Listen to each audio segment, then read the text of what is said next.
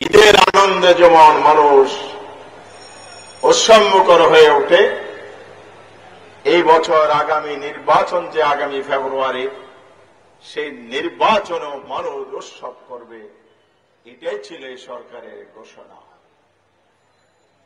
এ লক্ষ্যে সরকার সংস্কার কার্যক্রম হাতে নেয়, বিচার কার্যক্রম হাতে নিয়েছে, নির্বাচনের একটি টাইমলাইন ঘোষণা করেছে।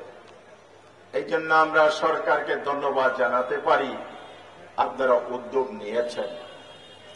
কিন্তু সরকার যে প্রতিশ্রুতি দেশবাসীকে দিয়েছিল, জুলাইয়ের স্পিরিটের ভিত্তিতে, জুলাই চেতনার ভিত্তিতে যে জন আকাঙ্ক্ষা তৈরি হয়েছে, সেই আকাঙ্ক্ষা হচ্ছে বাংলাদেশকে আমরা আর পিছনে ফিরে দিতে চাই না, বাংলাদেশকে আমরা সামনে এগিয়ে আনব।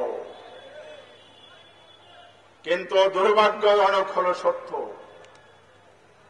ফ্যাসিবাদের শাসন আমলে যা ঘটেছে, বর্তমান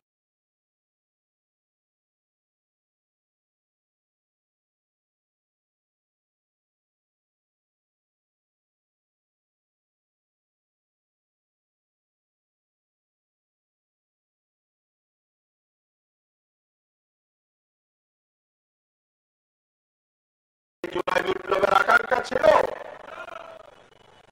আর এই ক্ষেত্রে সরকার কঠোর হস্তে যেভাবে দমন করার কথা ছিল, সেই জায়গায় ব্যর্থতার পরিচয় দিয়েছে। সংস্কার শুরু করেছেন, প্রথমে 11টি কমিশন, পরে 6টি নিয়ে অক্ষমত কমিশন করেছেন। দীর্ঘ 3 মাস ধরে আজকে সংস্কারের জন্য বৈঠকের পর বৈঠক হচ্ছে। দিন শেষে বিশেষ একটি দলের হস্তক্ষেপে সংস্কার বাধাপ্রাপ্ত হচ্ছে। আমরা লক্ষ্য করেছি, সরকার জুলাই ঘোষণাপত্র দিয়েছে, 5ই আগস্ট 25 সালের বর্ষপূর্তি উপলক্ষে।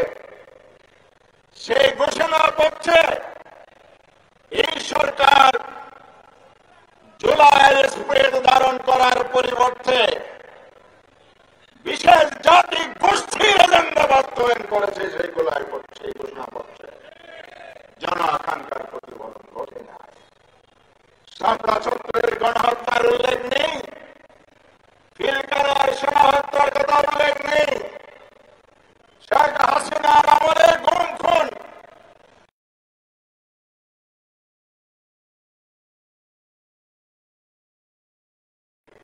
এই ঘোষণাপত্র সংশোধনের দাবি করেছি, সরকারের ব্যাপারে কোনো উদ্যোগ নেয় নাই। আমরা ক্ষমতা কমিশনে সরকারকে সহযোগিতা দিয়েছি, অনেকে রাজপথে মহড়া দিয়ে সিটি কর্পোরেশন দখলের জন্য মাসের পর মাস রাজপথ বন্ধ করে রেখেছে। আমরা সরকারকে সহযোগিতা দিয়েছি। সরকার তার দায়িত্ব পালনকালে সময়ে সময়ে আইন শৃঙ্খলা চ্যালেঞ্জের মধ্যে পড়েছে, জামাত ইসলামের পাশে দাঁড়িয়েছে। দুর্ভাগ্যজনক হল সত্য, যে সরকার কমিটমেন্ট দিয়েছিল জুলাই সনদ করবে ঐক্যমতের ভিত্তিতে, 84টি বিষয়ে ঐক্যমত হয়েছে। কিছু কিছু বিষয়ে ডিসেন্টিং আছে, নোট অফ ডিসেন্ট দিয়েছে 2-1টি দল। আমরা সরকারকে বলেছি,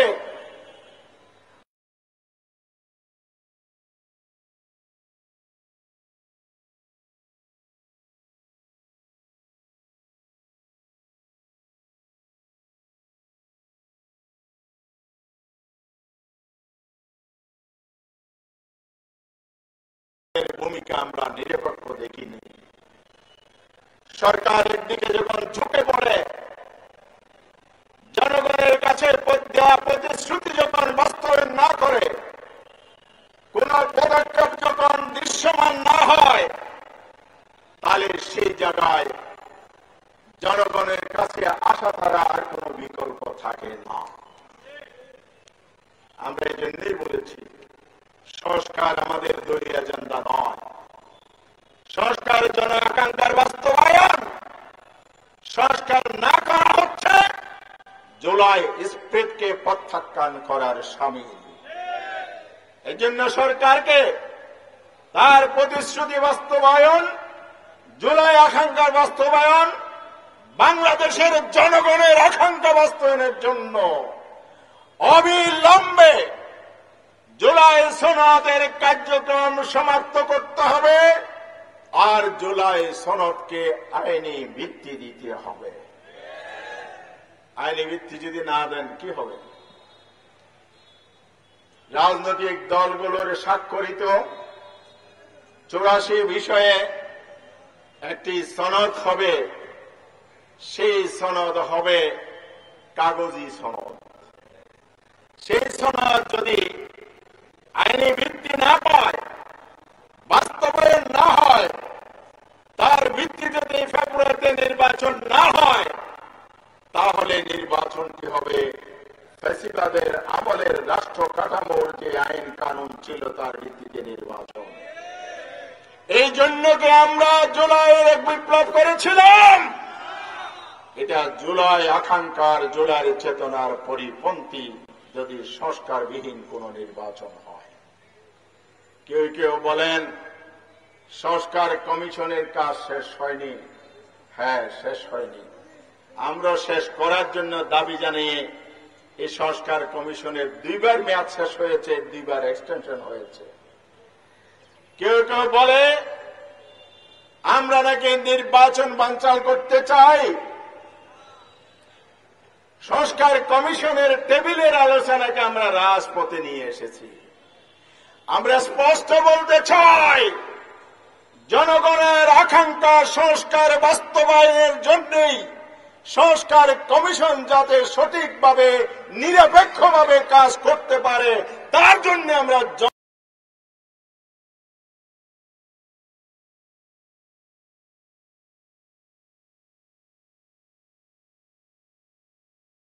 দেওয়ার জন্য কর্মসূচি আমরা দিয়েছি।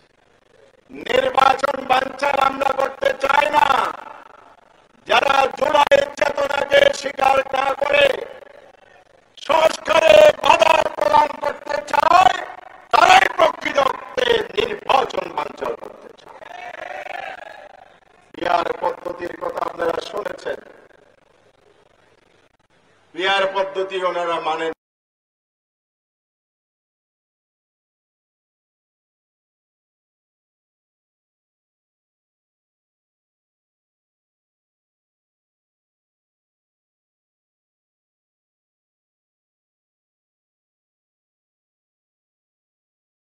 দিন 14 সালে 153 জন সরকার গঠনের আগে নির্বাচন।